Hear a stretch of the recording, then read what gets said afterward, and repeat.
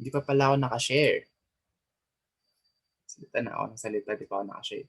So this is where we've stopped. Okay, so can you guys see my screen now? Yes, All sir. right. Okay, so the next one is learning about the structures in Python. So this one is also similar with other languages. So let's say you're going to use an if-then structure.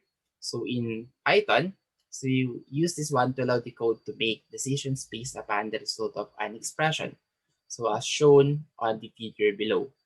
Okay, so we have here the variable x is equal to input, please enter an integer. Please enter integer, and then here's the printed. So let's say you put 42. So if x is less than 0, so it will display this one, and then print negative change to 0. Else if x is equal to 0, print 0. Else if x is equal to 1, print single. Else display, let's say, kapag 2 na siya or 3, then you can display more. So in here, i-ask mo lang yung user kapag, let's say, any number, pwede nyo naman ilagay as long as it's an integer. So the code performs a few tests and prints a message in accordance with the results of the test. So notice that the Python also implements two substructures. So meron tayong else, kung papansin niyo meron tayong else, meron tayong, meron tayong elif. Okay, or we read this one else if. Okay, just a shortcut of else if. So this one is else if, so elif. So kapag else yung gamit nyo, so it allows the programmer to specify instructions to be executed if the expression is false. So actually kapag sinabi nating else, kapag yan actually yung pinaka-end. Okay. So kapag hindi tumama dito sa lahat ng mga inputs, ito yung parang pinaka-last resort na gagawin ng program mo. Or ang pinaka gagawin niya talaga kapag hindi tumama dito or pag hindi true dito sa value nito dito sa else if x is equal to 0 or else if equal to 1. So other than that, will be displayed more. Okay? So elif is used to perform a second test in case the first expression is false. So in elif, marami tayong expression. Kahit ilan yan, unlimited kung ilan yung ilalagay nyo. So pwedeng first elif, hindi siya true. So mag-move on siya sa second elif. So pag hindi pa rin true hanggang sa maabot niya yung pinakababa, hanggang sa pag walang tumama doon, then yun, sa else na rin yung bagsak mo. Okay? So there can be 0 or more ellipse and the else part is optional. So kahit ilan tong elif. And then tong else, mostly isa lang to. Okay? Kasi ito yung pinaka-ending or pinaka-last ng coding structure natin. Alright. So meron din tayong for. And then, so ito yung una is if then. Meron din tayong for loop. And then meron din tayong while loop. Okay, so for loop, it iterates the items of any sequence. So ito yung diagram for the for loop. And then this one is a diagram for the while loop. Okay? So meron tayong words is equal to cat, window, and then defenestrate. So for W in words, so ito na yung loopings natin. For W in words, print W and then len function and then W. So basically, ang len is kinukuha lang naman yung count of characters inside of that variable wherein ito nga, W is in words. So parang pinasa lang ang laman ng W natin is yung variable words wherein yung variable words natin contains this one, cat, window, and then defenestrate. So as you can see, as a result, it will print the count of characters on each of those or separated by comma. So for cat, of course, 3 letters. For window, of course, it's 6 letters. And then for defenestrate, it's 12 letters. Okay? So yan yung isa sa mga gamit ng for loop. And then for while loop, it executes a block of code if the expression is true. So while this expression is true, then it will keep on executing the process below it. So the program shown in figure 3, figure above, on the right, figure above on the right, para mas specific. below on the left side. So ito is for loop, and then this one is for the while loop. So as you can see right here, the name of the title is Fibonacci series. So kung hindi nyo man alam pa yung Fibonacci series, you can always ask Mr. Google what is Fibonacci. So Fibonacci is the result of getting the summation of the last two recent numbers. So as you can see right here, we have the first number is, let's say, 0, and then the second one is 1. So 0 plus 1 is 1. And then 1 plus 1 will become 2. And then 2 plus 1 will become 3.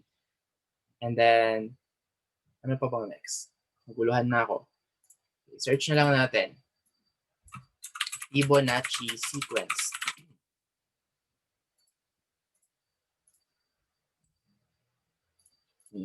Someone chatted yesterday.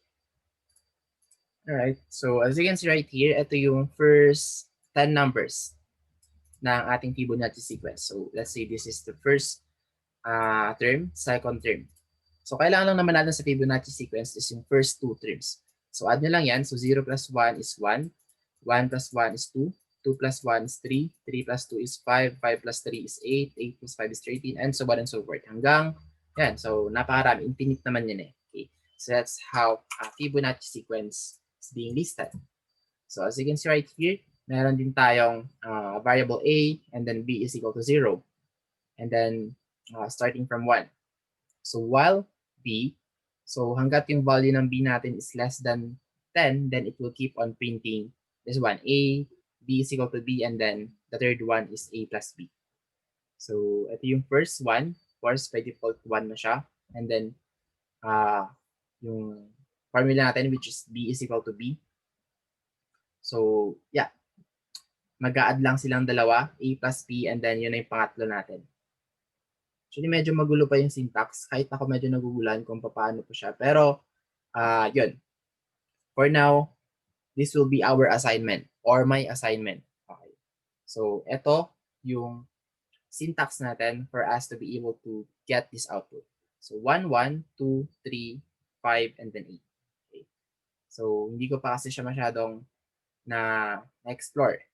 But for now, ito yung sample syntax when it comes to Fibonacci sequence using a while loop structure. Okay? So, ito na yung pinaka-last actually. And then, yeah, additional, which is your laboratory number 10. Ito yung pinaka-matagal. Actually, kung lalo na pag mabagal yung internet. Okay? Kasi, kailangan natin ng virtual machine. So, may gumamit na ba sa inyo ng virtual machine? Setting up a virtualized server environment. Yung Oracle or yung VMware, basta maraming klase ng mga virtual machine. Pero mostly ito naman yung gamit. Since free naman to, and then okay naman siya, working perfectly. So ito yung instruction, and then bago nyo basa instruction, so make sure na i-download nyo na agad yung virtual machine. Right, so pakita ko lang sa inyo. Pag clinic nyo yung virtual machine, oops,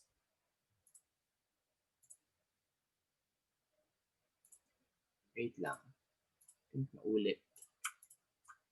Sige, download muna natin tong kan pala. Instruction on how to install the virtual machine.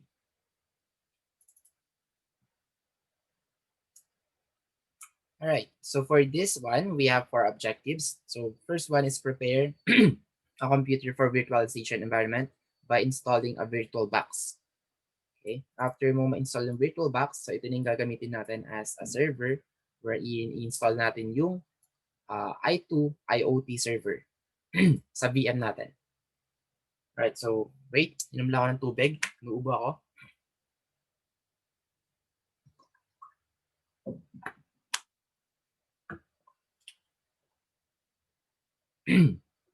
Alright, next one. After mo ma-install yung server natin, which is the i2 IoT, so i-access na natin siya ngayon dito sa virtual machine natin. Okay? And gagamit tayo ng some basic navigation when it comes to CentOS 7. So this is an operating system. Okay? So ito yung gagamitin natin para pag-aralan yung Python. Okay? So gamit ng virtual machine, mag-install ng server, and then ito yung gagamitin natin as a third party or as a third server para dun sa Python. Okay, so I'll leave the background to you and then the scenario. So ang required resources mo is of course yung hindi naman talaga modern. Okay, at least 4 GB or 8 GB. Okay, that's plenty enough already. Ang pinakamahalaga dito is yung RAM actually. So kailangan may sufficient RAM ka kahit hindi naman siya ganoon kabilis. Pero of course, kung mabilis yung processor, mas maganda. Pero in here, in using a virtual machine, malakas kasi siyang kumain ng RAM. Actually, hindi malakas. Maglalaan ka kasi talaga ng RAM. Magbibigay ka ng RAM. Magsaset ka ng specific RAM na gagamitin ng virtual machine. So let's say kung meron kang 8 GB, so pwede mong hatiin. So 4 GB para dun sa main na computer mo. And then 4 GB naman para dun sa third application, which is yung VM or virtual machine. So, yun na nga, after mo nang ma-install yung VirtualBox, i-install mo na yung IoT server. And then, dito mo siya i-install. I think ito yung VirtualBox. Check ko lang.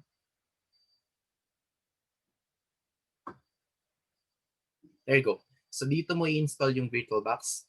Okay, so hanapin nyo lang yung download link dito. And then, after mo ma-download to, install mo lang siya. Ayan, nandito naman yung step by step kung paano siya i-install. So, iwanan ko rin sa inyo. Click next, blah, blah, blah. Mostly next lang naman yan. And then install. And then saan siya isa-save. After nun, i-download nyo na yung server natin na gagamitin. Ito yung operating system na gagamitin natin. i2 IoT, which is really pre-made when it comes to learning about IoTs. Okay? And then yung language na gagamitin natin is Python.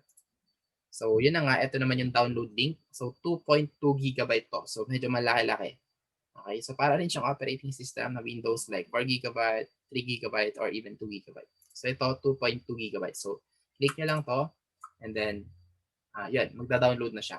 So as you can see right here on my upper right, it's 2.2 GB. Okay, so tagal. Abot siguro ng 1 oras, 2 oras, 3 oras. Depende sa internet connection. Alright, and then yun. Nandito rin instruction kung paano siya install dito sa virtual box natin. So after nyo ma-install, yung part 3 natin is accessing or opening the i2 IoT server VM. So here, so configure nyo lang naman siya, basic or initial configurations. So yan, dito kayo pwede magpalit ng pangalan ng yung server name nyo. Pwede nyo rin palitan yung, pwede nyo i-adjust. Okay, let's say na-install nyo na, pwede nyo i-adjust yung RAM. Basic memory na kakainin ng server nyo kapag naka-open tong virtual machine. So sa mga hindi pa nakagamit ng virtual machine, I highly suggest that you watch some videos in YouTube for now para makita mo kung paano let's say, yun. Kasi mostly, ginagamit tong virtual machine para mang-hack. Okay?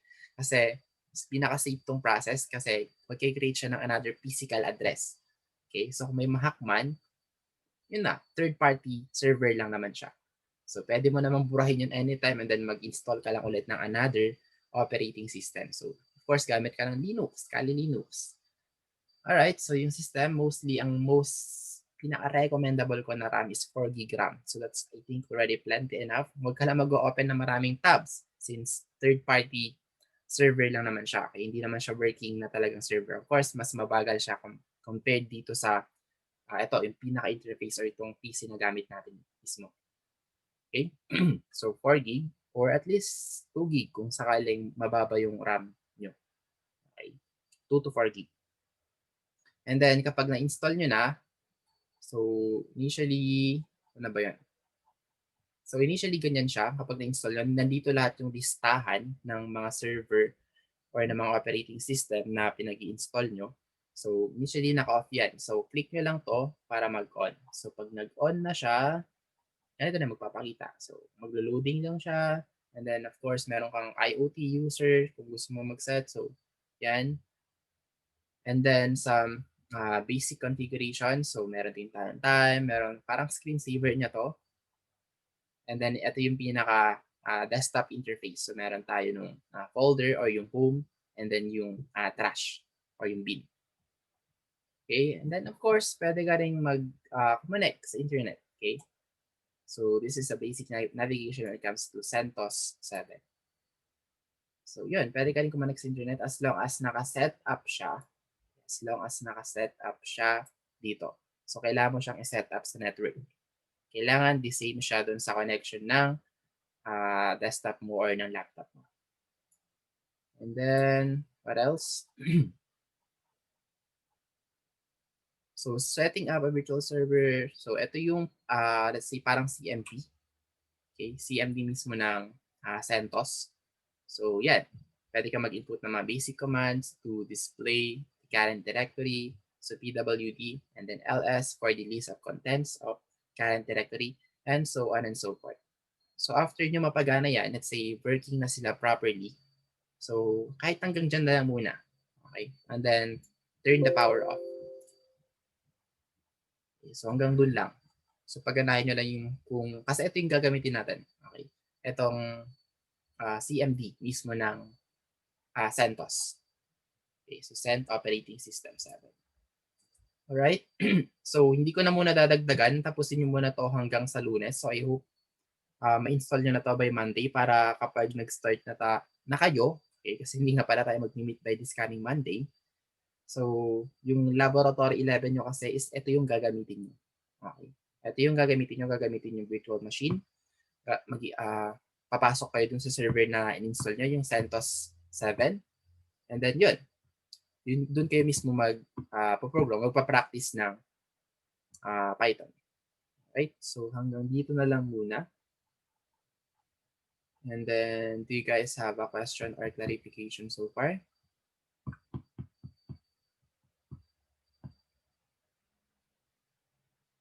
Holiday ba sa Monday, sir? Ang alam ko, holiday. Yeah, 1. And kung babalikan natin sa calendar, nag-base na ako sa calendar, wala pa namang ina-announce. Itong 20 to 2021. So, holiday November 2. November 1 and November 2 is holiday. Okay, sige, sir. Okay, ang resume, non-class day pa rin pala sa Tuesday. So, wala kayong klase na Monday saka Tuesday. According dito. And then, yung resume ng class is 4. May bad. Ang exam nyo pala, midterm exam is 11, 12, 13, not 5, 6, 7. Saan ba nakita yun? So, matagal-tagal pa. May 3 pa yata tayong meeting. Or 2. Anyway, so hanggang doon na lang muna. Okay. And then yung continuation nito is sa Monday na siguro para matapos nyo muna lahat-lahat. Yung lab 1 to lab 10.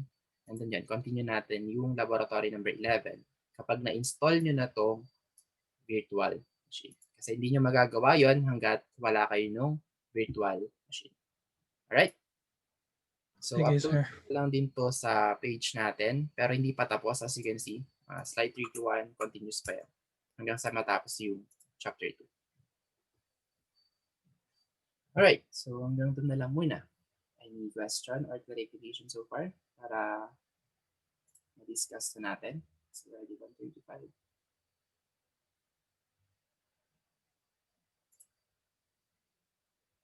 None? Wala, sir. Clear. Kung walang question or clarification, so pwede na kayo mag-leave and then Sir. lunch to all of you. Hindi ba man din kayo nag-lunch? So parehas ko, hindi pa ako. Sige, sir. Sige, bye-bye. Sige, sir. Bye, Salamat. sir. Bye, sir. Bye, sir. Goodbye.